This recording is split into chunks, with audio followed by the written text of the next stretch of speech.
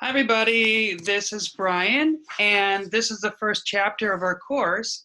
And the one thing I wanted to talk a little bit about is getting started. So you got to little bit decide where to teach. Deciding where to teach is pretty much just as important of deciding what job to choose. Your surroundings will have much bearing on whether you will enjoy your experience of teaching overseas. And before you leave your home, you want to be confident that it's not only what you want to teach in the country, but you also want to be in that country that you want to be in, right? So you want to be able to explore and learn about the country and its culture.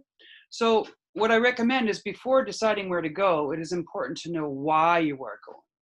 Every EFL teacher has different reason for teaching overseas in another country. In other words, the goal is your adventures overseas. So these are some ideas of why do you want to do that. So I definitely would take out a pen and paper and actually write down what exactly do you want to do while you're going overseas. You're going to get some PDFs right after this is done, and then you'll be able to make like a chart and things like that that you can download, okay? So let me give you some of the reasons why actually people teach overseas. The number one reason why people teach overseas is to acquire practical teaching experience.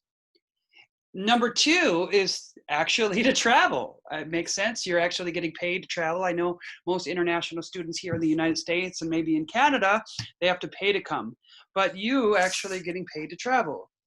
You actually may be doing this because you can receive a pretty decent wage. I mean, the wages are pretty good for the amount of hours that you work. Maybe you need number four is actually take a well-deserved vacation. Sometimes people need a little bit of time away from the hustle and bustle and things like that. Yeah. Next one is maybe to experience a new life in a different culture. Maybe to build some international experience and contact.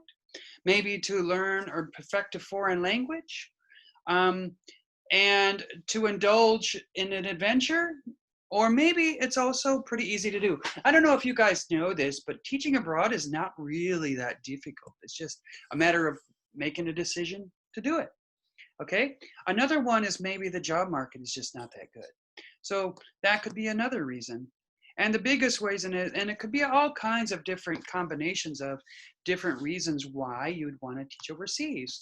This is a good choice. I do it. I love doing this. I like being with international students. And I also like traveling and I like doing things. So the average work week overseas is about 25 hours a week. So I can do that with my eyes closed. So that's why people actually decide to teach overseas.